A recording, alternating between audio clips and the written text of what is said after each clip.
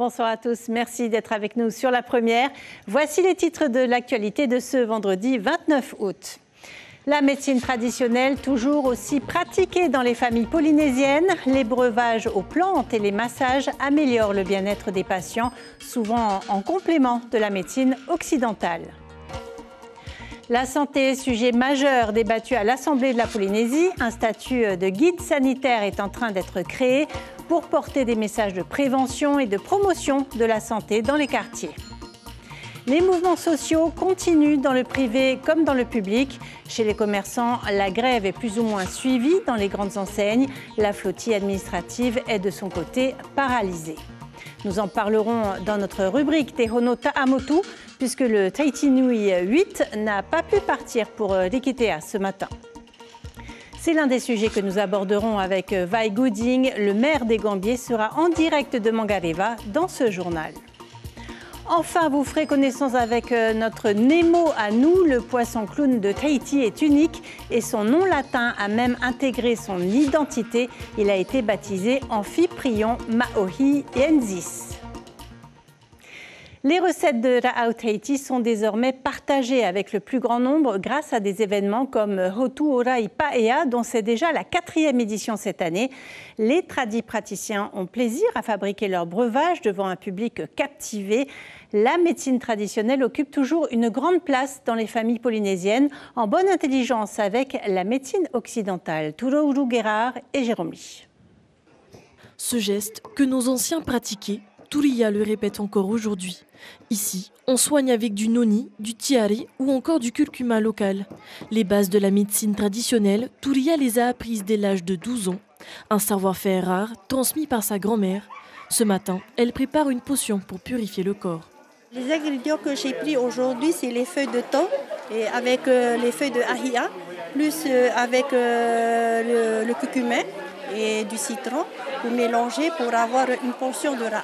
J'ai grandi dans le Ra'au Tahiti avec mes parents, donc aujourd'hui je mets en pratique et puis je donne aussi ce savoir aux enfants. Selon la définition de l'Académie tahitienne, le mot Ra'au a 3 sens, médicament, bois ou plante, un terme qui illustre le lien entre la médecine traditionnelle et la flore de Polynésie, un lien encore bien vivant chez les Polynésiens. Chaque année, près de la moitié des natifs a recours au Ra'au Tahiti, d'après une étude de Risipoli en 2024.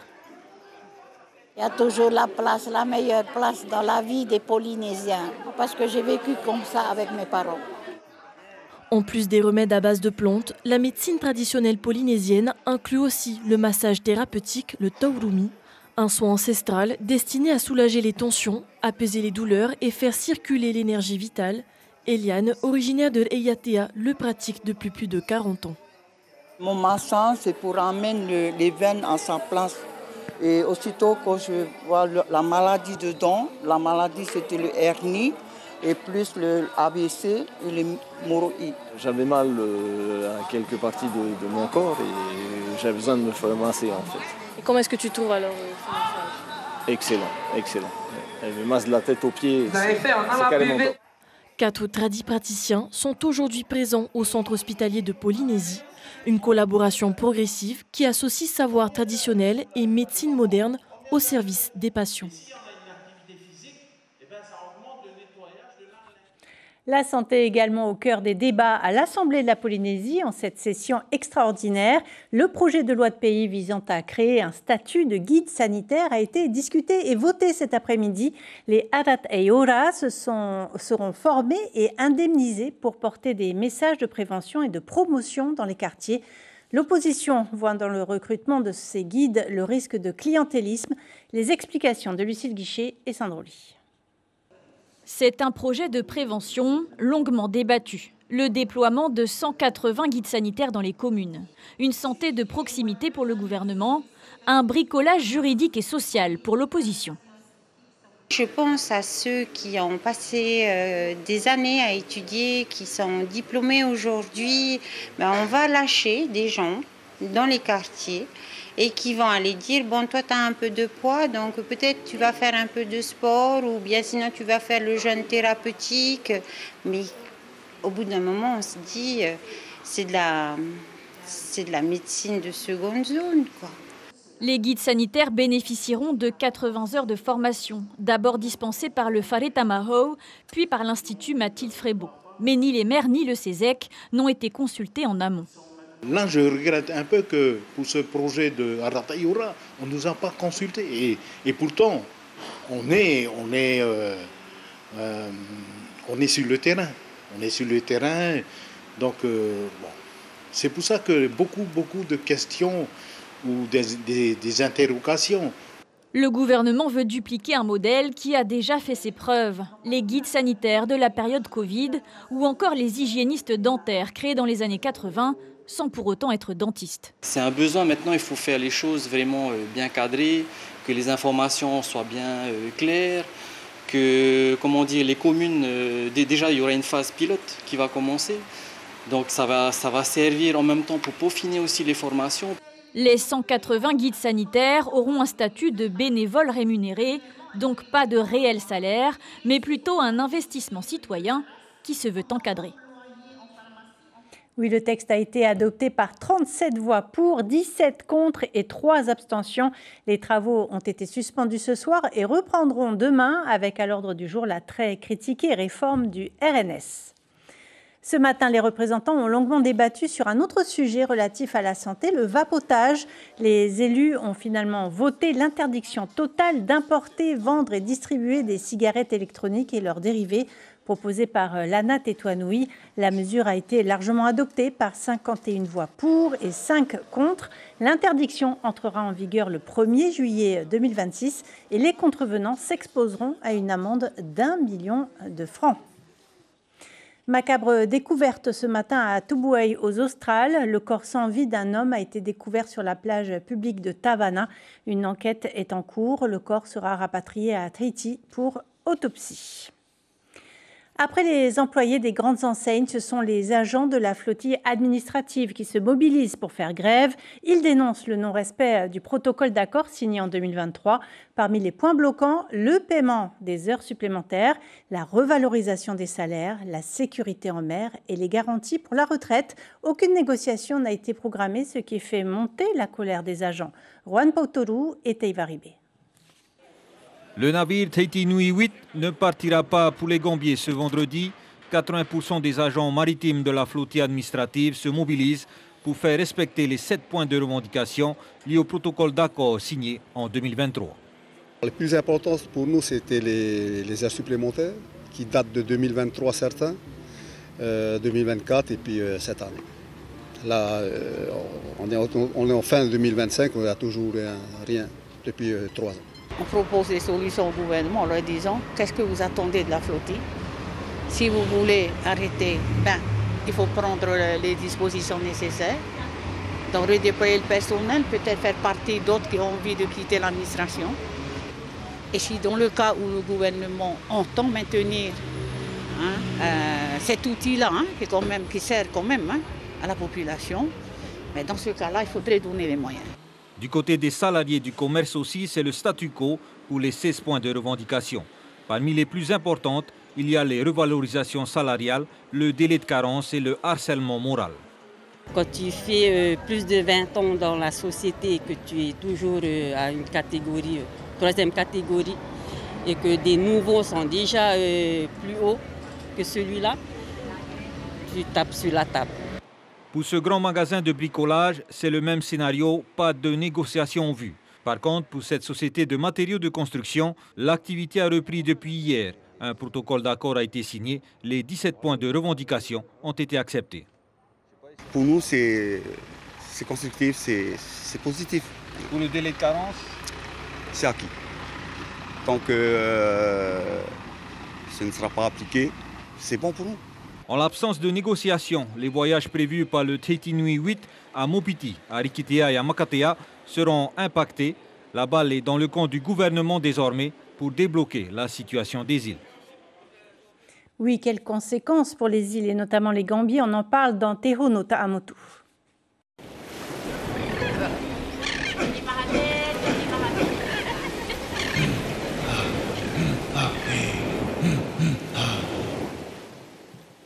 La commune des Gambiers comprend non seulement les 8 îles hautes de l'archipel ainsi que l'atoll Temoé, mais aussi 7 atolls des Tuamotu. Je vous propose de rejoindre Vai Gooding, le maire de la commune des Gambiers. Bonsoir Tavana, vous êtes maire depuis 2014, vous avez environ 1500 administrés. Merci d'être avec nous. Tout d'abord, cette grève du personnel de la flottille administrative tombe mal pour vous. Le Tahiti Nui 8 devait partir ce matin pour Mangareva. Quelle était sa mission ? Bonsoir, merci de votre invitation. Effectivement, le Tahiti Nui est venu chez nous pour sa mission parce qu'ils ont du matériel à faire envoyer chez nous pour une société privée. Mais au retour, on doit embarquer sur Tahiti Nui 8 toutes les voitures, les carcasses de voitures, les déchets comme les congélateurs, les frigidaires et tout ça à son retour. Rien à voir avec les déchets militaires qui avaient été évacués, je crois, en 2021. Tout à fait, tout à fait. Les déchets militaires ont été évacués en 2021. Il n'y a plus de déchets militaires ici à Arkitea. Il est question aussi de matériel pour produire des agrégats. Expliquez-nous. Tout à fait. Le Tahiti Nui qui va quitter Tahiti, il y a un concasseur qui appartient à la société Tahiti Agrégat. Ils vont venir ici faire la production du gravier. Les études ont été faites en ce sens au Gambier ? Écoutez, les études, je ne sais pas, parce que je n'ai pas été informé de ces études, mais par contre, ils m'ont demandé mon avis sur le dynamitage de la montagne qu'ils vont exploiter. Moi, j'ai donné un avis défavorable, mais voilà, et le matériel arrive. En termes de desserte maritime et aérienne, vous avez 2 goélettes par mois qui se rendent à Arkitea, mais aussi 2 vols par semaine. Et il est question de réduire le nombre de vols. C'est bien ça ? Nous avons effectivement 2 goélettes par mois. Et en ce moment, nous avons 2 liaisons aériennes par semaine, c'est-à-dire le mardi et le samedi. Mais d'après les bruits, il est question qu'ils vont ramener un vol sur 2 samedis. Un vol sur 2 samedis. Ça vous pose un problème ? Je ne pense pas. Je ne pense pas. Je ne pense pas. Mais on verra demain, ça c'est la décision de la direction de RDT. C'est eux qui ont proposé, parce qu'au début on avait ce vol-là, 1 sur 2 samedis. Et depuis quelque temps, ils ont mis tous les vols tous les samedis. Et il me semble que d'ici peu, ils vont changer, ce sera un vol tous les 2 samedis. Tavana, une partie de vos routes avait été bétonnée à l'époque du gouvernement Fritsch. Est-ce qu'il reste beaucoup à faire ? Effectivement, il reste beaucoup à faire. Et depuis le nouveau gouvernement, effectivement, ils ont lancé des appels d'offres. J'ai eu l'occasion de rencontrer le président du pays, M. Borderson. Mais il semblerait que les entreprises qui ont répondu, ils ont mis le prix un peu plus haut. Vous avez de grosses attentes également en matière de télécommunications. Quelle est la situation au Gambier ? Alors là, pour ce qui est du Internet et du réseau Vini, c'est pas possible. On ne peut pas continuer comme ça. Et d'ailleurs, j'ai rencontré à plusieurs fois la direction de l'OPT. Et jusqu'à aujourd'hui, il n'y a rien qui arrive. Il n'y a pas de nouvelles, mais... Donc, il ne faut pas s'étonner que si la population va se tourner sur Starlink. Hein. Le réseau OneWeb, vous y croyez ? Écoutez, d'après les infos que j'ai eues, il semblerait que c'est 10 mégas pour arriver chez nous. Et on verra en janvier 2026, effectivement, s'ils mettent le nouveau réseau à Arkitea. Et on verra ce que ça va donner. Tavana, lors du sommet des océans à Nice, le président Broderson a annoncé la création d'une aire marine protégée avec notamment 680 000 km² autour des Gambiers. Vous avez été associé à cette décision, à cette annonce ? Pas du tout, pas du tout. J'ai reçu la lettre du ministre chargé donc, de la mer. Et normalement, il doit faire une mission le 23 septembre chez nous. Je pense qu'on va essayer de voir à peu près ce qu'ils veulent vraiment. Hein. Non, je n'ai pas été consulté pour cela. Côté politique, un dernier mot, Monsieur le maire, vous vous étiez présenté sous les couleurs du Tapura lors des dernières élections municipales. Ce sera le même scénario en mars prochain? Tout à fait. Je garde l'étiquette. Et vous vous représentez donc? Voilà. Merci beaucoup, Waigooding, d'avoir accepté d'échanger avec nous ce soir. C'est moi, merci. Et ainsi se referme notre rubrique Tehono Ta'amotu.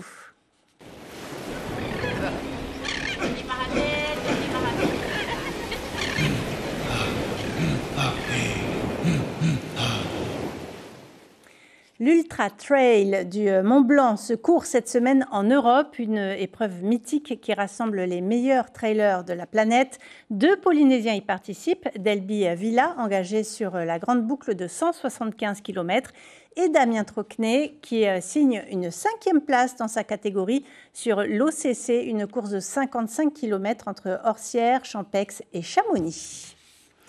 C'est un petit poisson maori. Le poisson clown de Tahiti a désormais un nom latin scientifique qui intègre son identité polynésienne.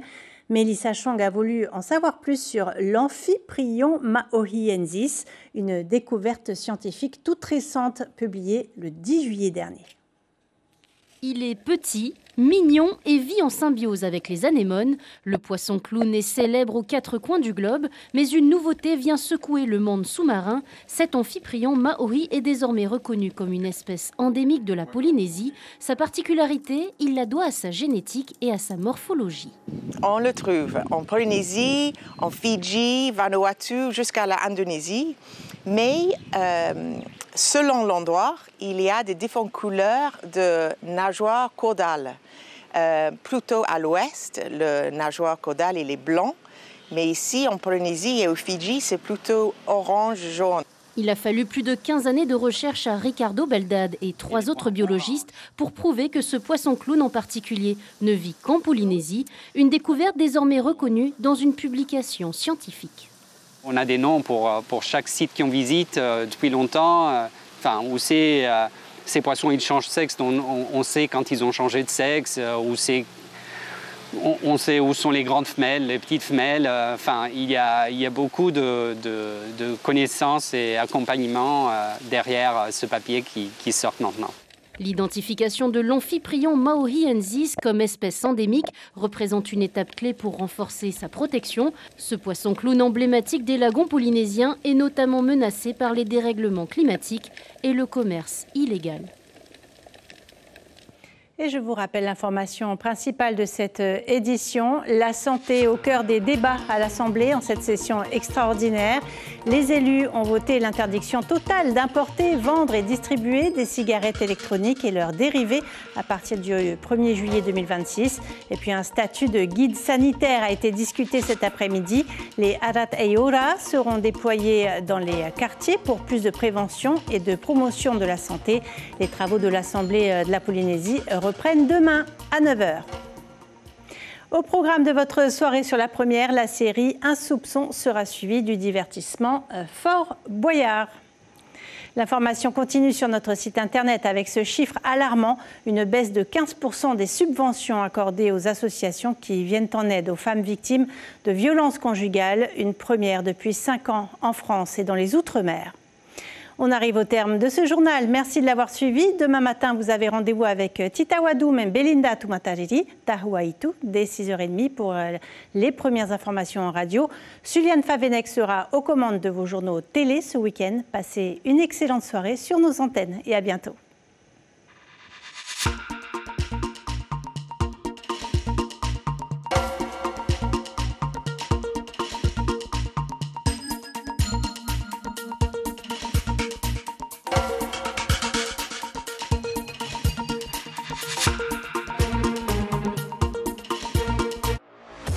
Retrouvez toute l'info sur WhatsApp en scannant notre QR code.